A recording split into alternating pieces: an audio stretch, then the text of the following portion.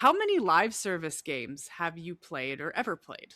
That was part one. And two, what did you expect to happen? What is, in your mind, the solution right now?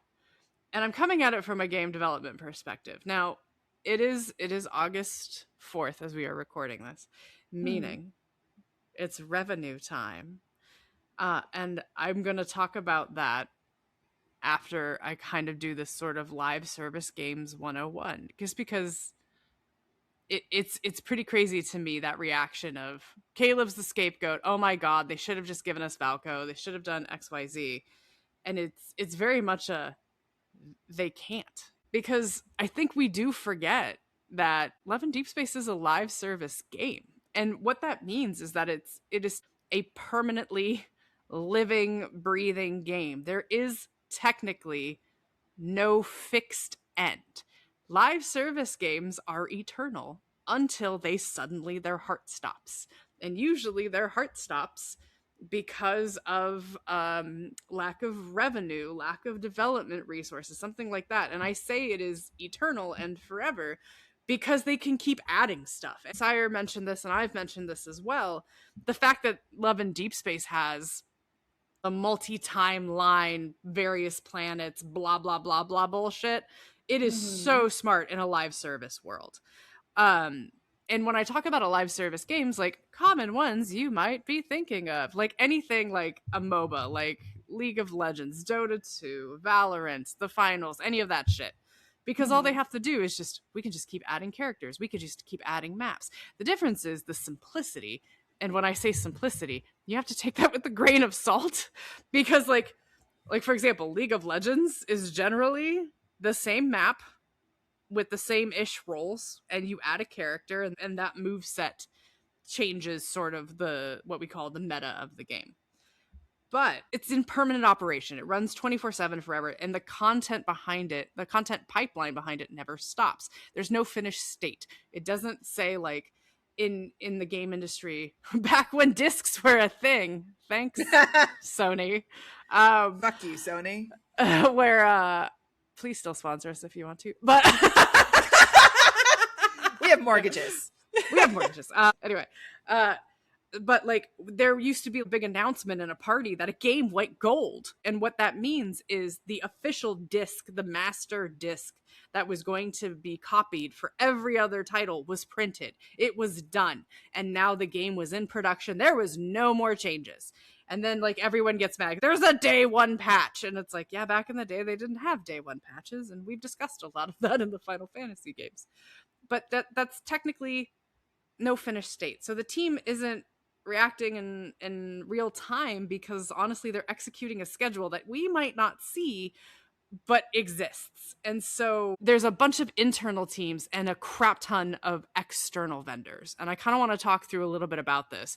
And so the question that I have is like, what did you expect to happen in a month? Because the game is having to rework a live service calendar that is most likely been in production from 9 to 12 months. At least that's what we've seen from the Nikki side. And I'm Hmm. gonna talk about not me, but like the Infinity Nikki side.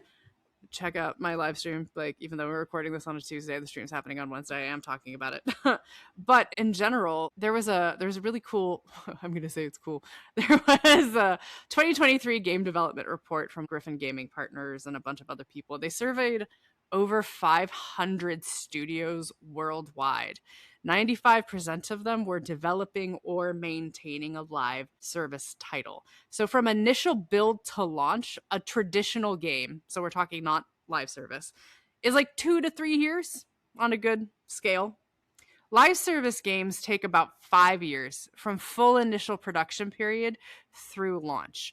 And then they have the ongoing cadence of live ops, which means the banners, the updates, those can be weekly, those can be bi-weekly, they can be monthly, and then actual content updates, which are usually bi-weekly to monthly.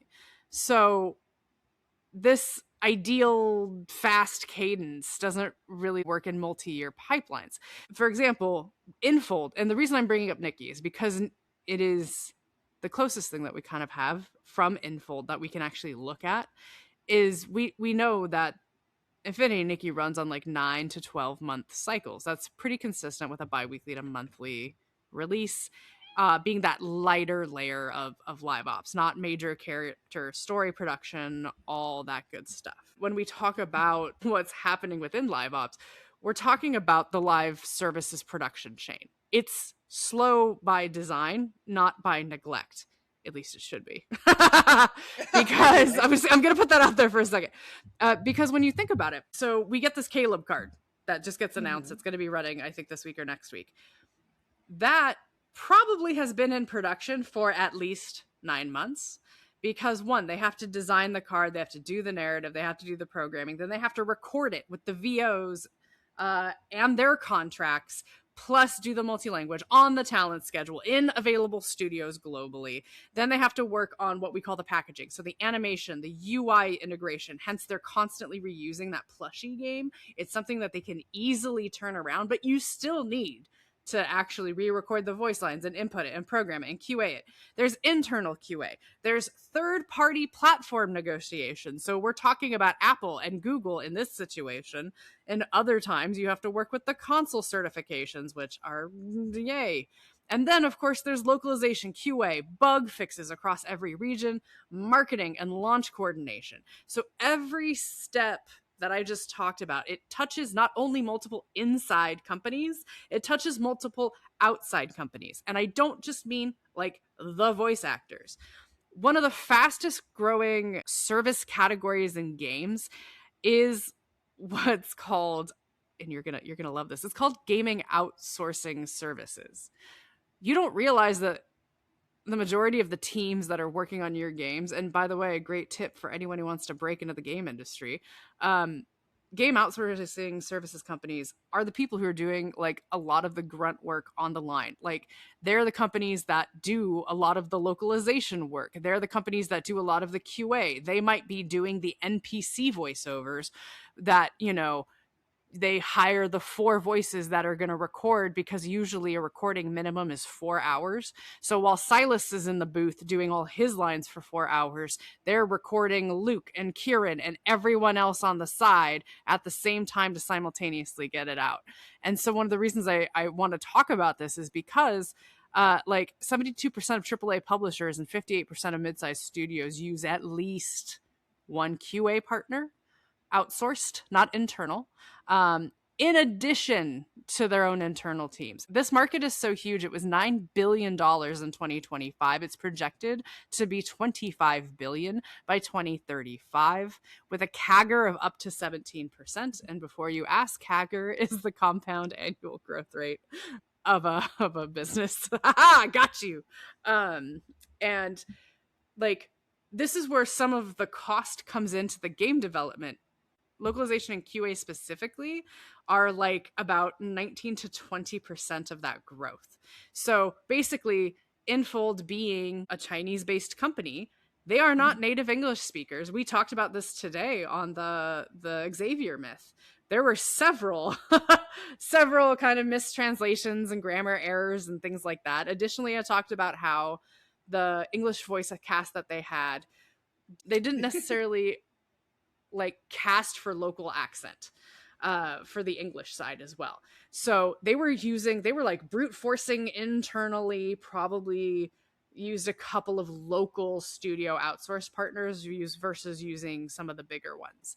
And so when we're talking about the development waterfall, essentially somebody comes up with a card idea, it gets approved, and then it kicks off this entire production.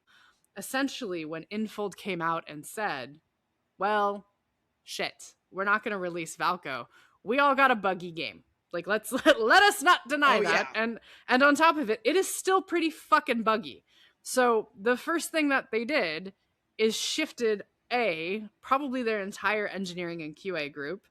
I don't know if this is true, by the way, my caveat. This is just from internal experience. They shifted their team essentially to start trying to work and fix it. The QA process can take 500 to 1,000 people in a building, just because you need to have that many people building and playing beta builds their job is to break it, do the craziest shit, and on the most nuts machines. I worked at a gaming outsource company. We had 400 devices and platforms we could test a game on. And yeah, the majority of those were like, there was literally an iPhone somewhere locked in a box that had tape on it that said never update, because there was no way we could ever revert it back. But there was enough people in the gaming world still playing games on that device, on that iOS build, that like game companies asked for it. Okay. So like lockbox iPhone, it's crazy. And so knowing that there's going to be this QA and engineering cycle nonstop, they're going to pull in additional support. It's going to cost them more. It's going to take more time. They have to do all of that. And then on the other side, you have the other like product manager, fucking Kyle, poor Kyle is sitting there, and Kyle is trying to work on, okay, now how the hell are we going to do this? Like, how are we going to fix this? And I've seen the question, and I have been asked, do you think they can bring Valko back? I will continue to say, absolutely. They have the assets. He was built. They have the programming. The question becomes if, when, and how. Because the how part, I'm not thinking from a storyline. I'm thinking more from a, oh crap, how are we going to rebuild this game? Because they broke their own build to, quote, pull him out. They didn't pull him out. They just covered him up because they didn't want to go through Apple and Google cert again. Because as you saw by that Rafayel leak, you have to submit your builds and the marketing so far in advance. And what I think happened on that Rafayel leak in the Google store, if you're wondering what that is, essentially the Google store popped up and said, this coming update includes, and they named the Raf's myth, what cards were, all that. Ooh. Essentially, and there's screenshots. You can join our Discord. We found it, verified it. It was not on iOS. And what I think happened is this was not a Infold accidentally submitted. No, Infold had this pre-submitted a long ass time ago. They were on schedule until the Valko situation. And when they had to pull it, they basically had to break their build. They went back to Apple and Google and said, we're going to need to pull this off of the line. This cannot go out. And Apple took care of it. And I think Google dropped the ball. I can't confirm it, but that have I had that personally happen as the person who has submitted? Yes. All the time. And then you're like, that's the vibe I'm getting of just Stacy screaming into her hands as she cries about what the fuck God hates her. It's exactly Stacy's losing it, guys. So this is just like a comedy of errors at this point for them.